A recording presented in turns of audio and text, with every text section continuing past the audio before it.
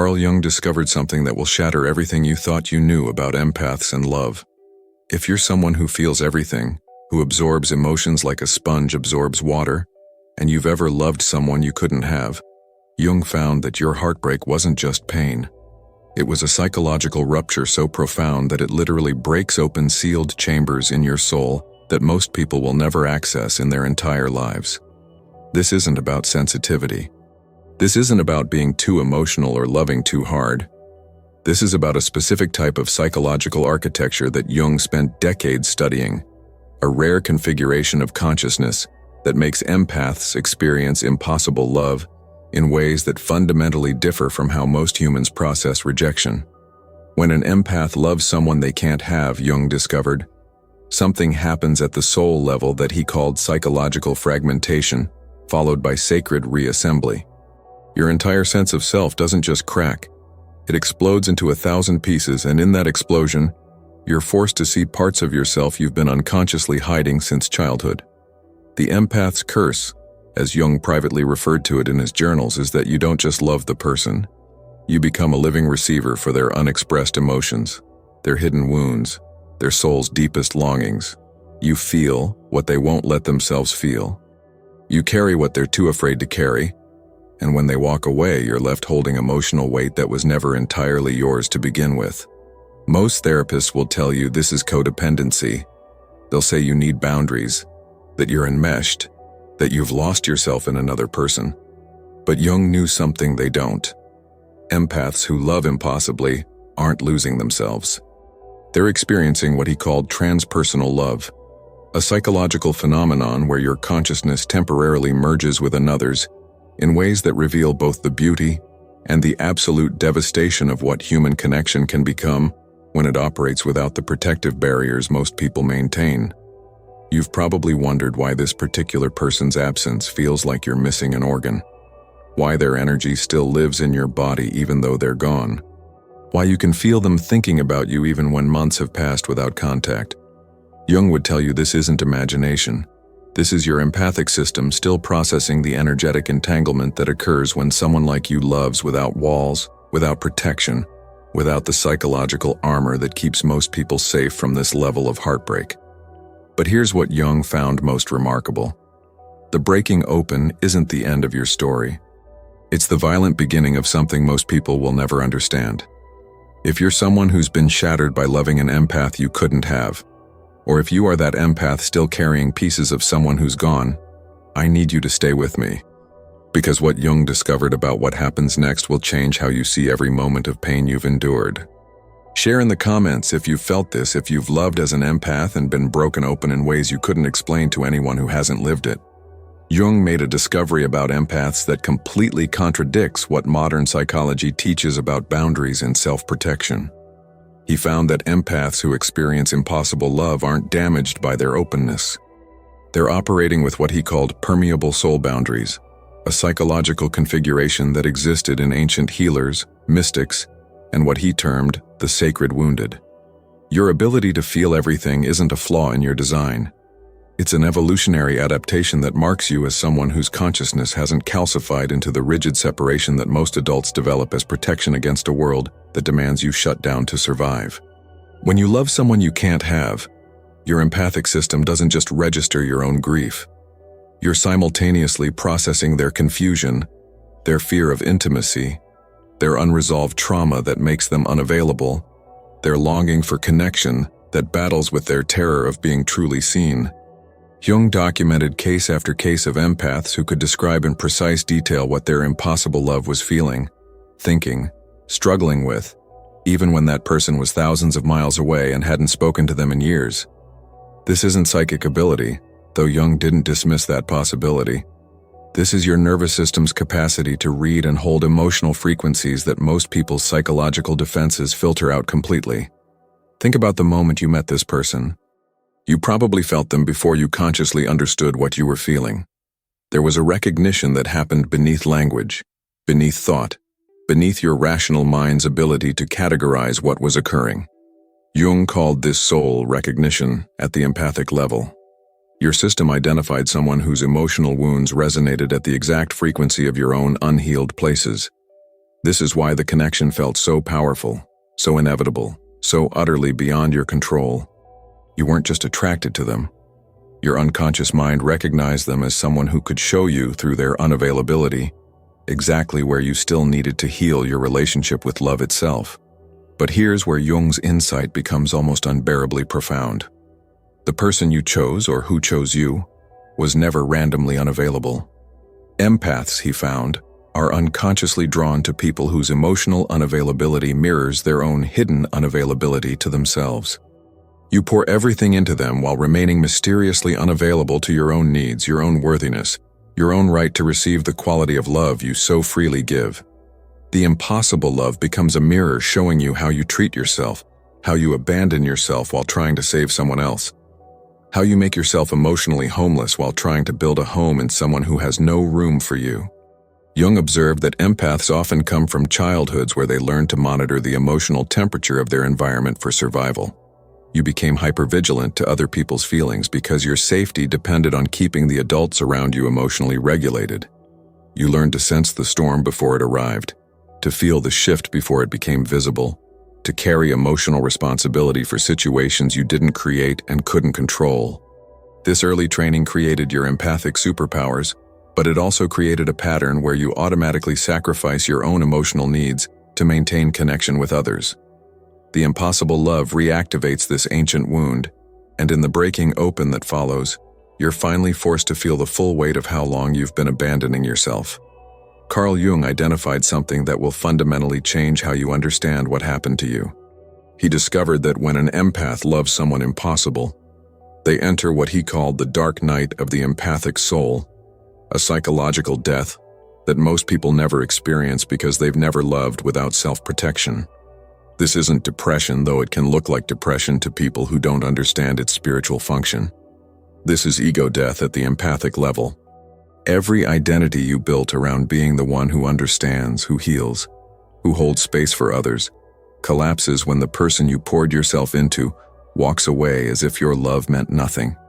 The devastation you feel isn't proportional to the length of the relationship, or even whether the relationship was ever officially acknowledged. Jung found that empaths could be completely destroyed by someone they only knew for weeks, sometimes even days. Because the depth of connection for an empath has nothing to do with time and everything to do with the soul recognition that occurred in the spaces between words. You touched something in them that they wouldn't let you name. They touched something in you that you'd been protecting your entire life. And when they left, it wasn't just a person leaving.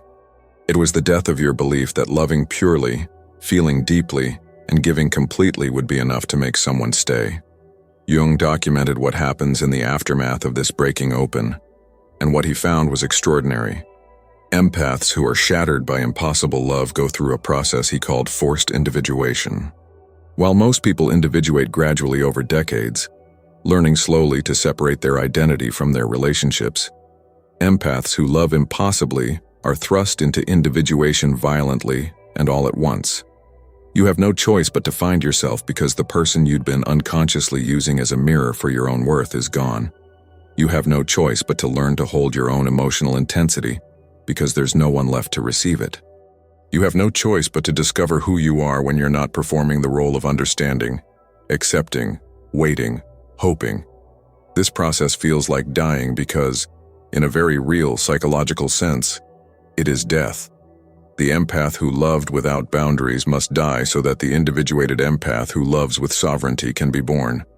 Jung called this the Phoenix process, and he noted that most people abort this transformation because the pain of staying broken open feels unbearable. They rush into new relationships, addictions, spiritual bypassing, anything to stop feeling the rawness of their exposed heart. But empaths who have the courage to stay with the breaking open, who let themselves be completely shattered without rushing to reassemble the pieces, emerge with psychological gifts that Jung considered among the rarest in human consciousness. You learn to feel everything without being destroyed by what you feel. You learn to love deeply without losing yourself in who you love. You learn to sense others' emotions without taking responsibility for fixing them. You learn to hold space without abandoning your own needs. You learn that your empathic nature is sacred when it's in service to your own wholeness first. and only then offered to others from overflow rather than depletion. These lessons cannot be taught through books or therapy.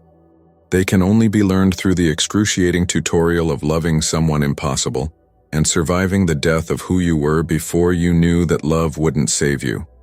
Jung made an observation that explains why you can't just move on, why every technique you've tried to forget this person feels like you're betraying something sacred inside yourself. He discovered that empaths form what he called energetic cords, invisible but psychologically real connections that link your emotional body to the people you've loved deeply. These aren't metaphors. Jung believed these were actual psychological structures that exist in what he termed the collective unconscious. Threads of connection that remain active long after the physical relationship ends. When you love as an empath, you don't just connect to someone's personality or their behavior. You connect to their soul. This is why you still feel them. Why certain songs trigger a visceral reaction in your body. Why you wake at 3 a.m. with unexplainable emotions that you somehow know are theirs, not yours. Why you can sense when they're thinking about you even though you have no logical reason to believe they think of you at all. Jung found that empaths who form these deep cords often experience what he called psychic bleeding, where the other person's emotional state continues to affect your emotional state regardless of physical distance or time passed. You're still energetically tied to someone who may have completely moved on in their external life, and this creates a unique type of suffering that people who aren't empathic simply cannot comprehend. Most advice about moving on assumes that cutting contact and distracting yourself will eventually dissolve the attachment. But Jung knew that for empaths, these cords don't dissolve through avoidance, they transform through conscious integration. You must learn to acknowledge the cord, to honor what it represents, to feel gratitude for the connection even as you consciously reclaim the energy you've been sending through it. This isn't about forgetting them or pretending they didn't matter. This is about retrieving the parts of yourself that you unconsciously gave away, the pieces of your soul that you projected onto someone who couldn't hold them. Jung developed a practice he rarely shared publicly, something he called cord consciousness.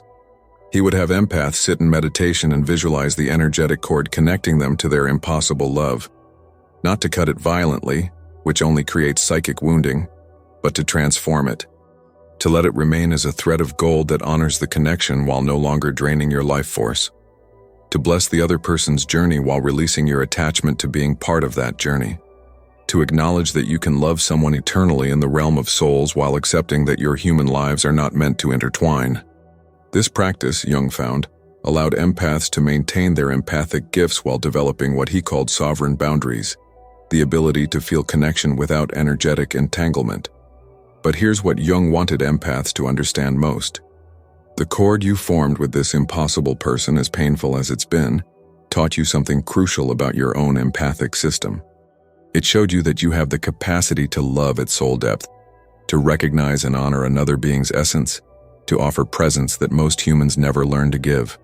The devastation came not because you loved this way, but because you gave this quality of love to someone who wasn't capable of receiving it or returning it. Your love wasn't wrong. Your choice of recipient was misaligned with your own readiness. If you're recognizing that you've been energetically tied to someone long after they left, if you can feel those invisible cords still pulling at your heart, comment below with just the word releasing. Sometimes naming what we're ready to let go of is the first step toward reclaiming our power. Carl Jung discovered something about empaths and trauma bonding that modern psychology is only beginning to understand. When an empath loves someone unavailable, they're not just dealing with heartbreak. They're dealing with what Jung called compounded soul wounding, where the present rejection reactivates every instance of emotional abandonment stored in your body since childhood. Your impossible love didn't just hurt you in the present moment. It opened a portal to every time you've ever felt unseen, unworthy, too much, not enough. This is why the pain feels so disproportionate to the actual circumstances. You're not just grieving this person. You're grieving every version of yourself that learned to believe your love was a burden rather than a gift.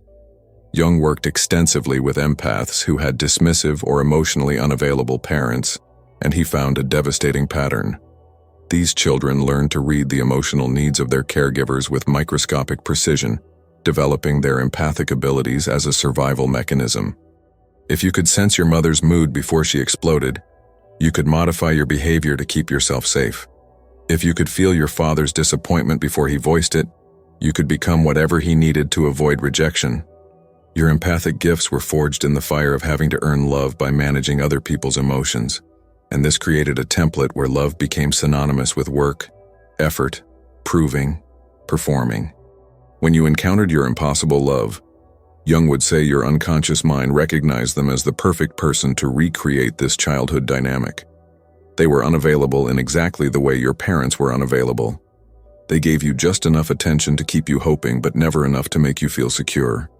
They showed you glimpses of the depth you craved, but pulled away whenever you reached for more.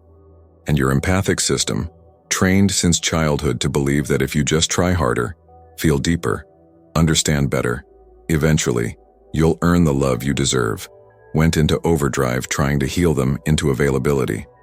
But here's what Jung found most important for empaths to understand. You weren't trying to heal them. You were unconsciously trying to heal your childhood by proving that unconditional love and perfect understanding can transform someone's capacity to love you back. You were trying to rewrite the story where your love wasn't enough to make your parents emotionally available by making this person finally see you, choose you, stay with you. The impossible love became a stage where you were replaying your oldest wound, hoping for a different ending. Jung called this repetition compulsion, and he saw it not as pathology, but as the psyche's desperate attempt to heal itself through reenactment. Your unconscious mind brings you the same lesson again and again in different forms until you finally learn what you need to learn. For empaths, that lesson is brutal in its simplicity and devastating in its truth. You cannot love someone into wholeness. You cannot feel someone into healing. You cannot understand someone into choosing you. All the empathic superpowers that helped you survive childhood become liabilities in adult relationships when you use them to bypass the fundamental truth that love requires two people who are available, willing, and capable of meeting each other with reciprocal presence. The breaking open happens when you finally accept that no amount of empathic understanding will change someone who isn't ready to be in the arena with you. When you stop believing that if you just felt more, gave more, understood better, they would transform. When you let yourself feel the rage underneath all that compassionate understanding, the rage at giving so much to someone who gave so little back. Jung knew that empaths have to grieve not just the person, but the fantasy that their empathic love has the power to save people who don't want to be saved. This grief is what breaks you open, and in that breaking, you finally have the chance to give yourself what you've been trying to get from others your entire life. Jung identified what he called the empath's gift-curse paradox, and understanding this will explain why you've struggled in relationships your entire life, not just with this impossible love. He found that empaths possess the most valuable capacity in human relationships, the ability to truly see another person's soul, to hold space for their complexity, to love them not despite their wounds, but with tender acknowledgement of how those wounds shaped them. This gift makes you capable of offering love that most people will never experience in their lifetime. But this same gift becomes a curse when you give it indiscriminately, when you offer soul-level recognition to people who are only capable of surface-level connection, when you bring cathedral depth to someone living in a studio apartment consciousness. The impossible love revealed this paradox in the cruelest way possible. You brought your fullest self to someone who couldn't even bring their partial self to you. You offered them access to chambers in your heart that you'd never shown anyone, while they kept you in the waiting room of their emotional world, never quite letting you in, but never quite letting you go. Jung observed that empaths often interpret breadcrumbs as full meals because you're so used to sustaining yourself on emotional scraps that even minimal effort from someone else feels like abundance. You've been conditioned to expect so little that when someone offers you slightly more than nothing, your empathic system floods with gratitude that mistakes basic human decency for deep love. This is the hardest truth Jung asked empaths to face.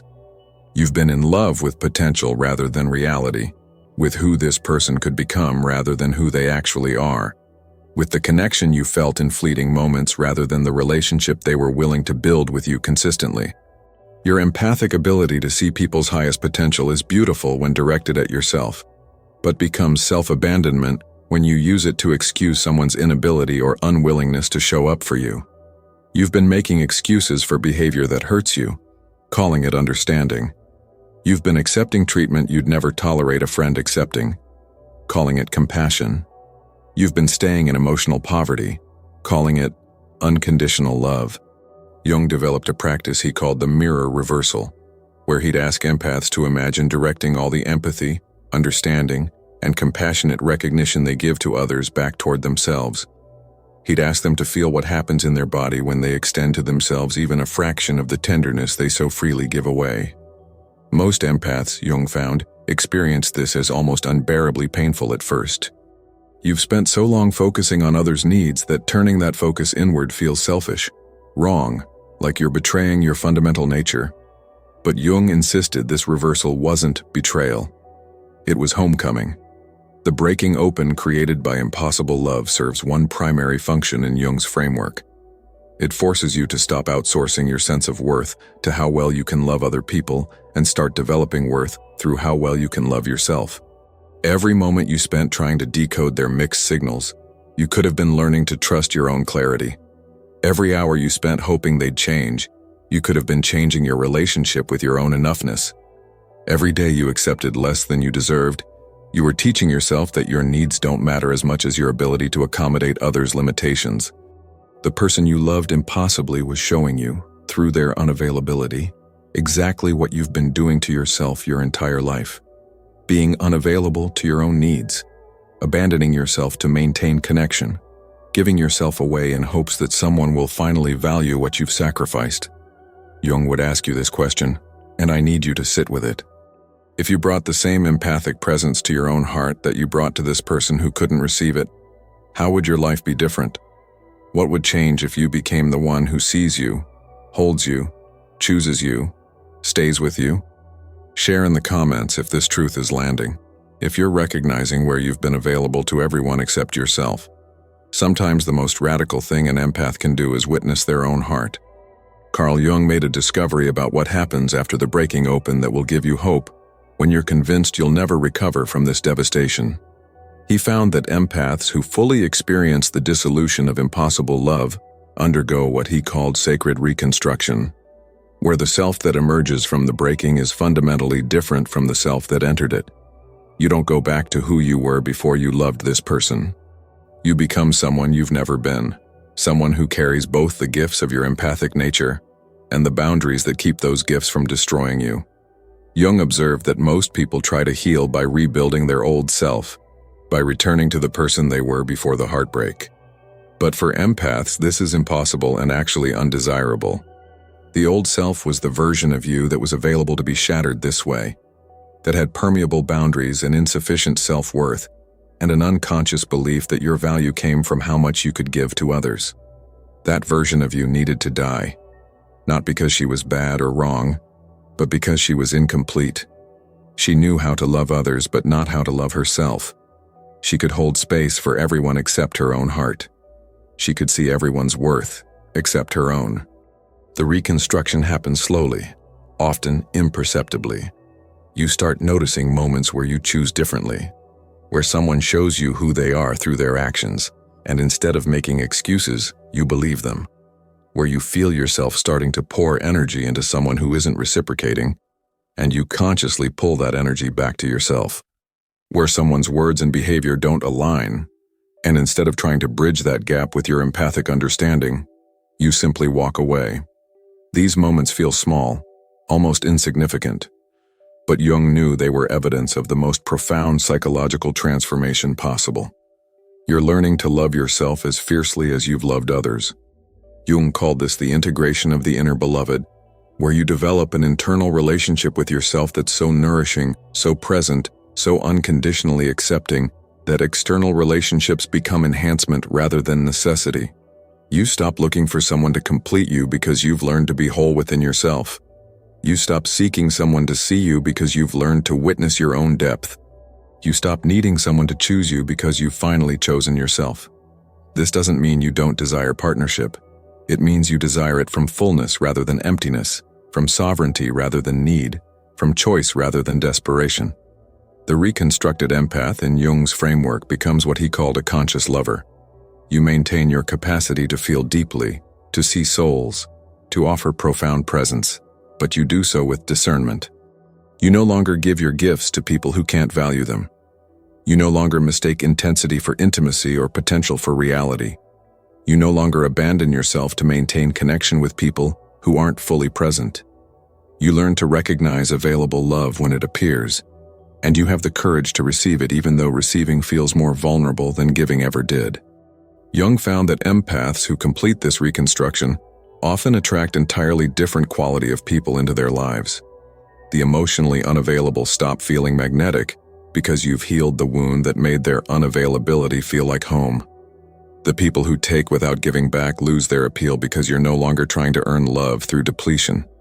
And the people who are capable of meeting you, of reciprocating your depth, of matching your emotional sophistication, suddenly become visible to you in ways they never were before. You're not looking for someone to save anymore.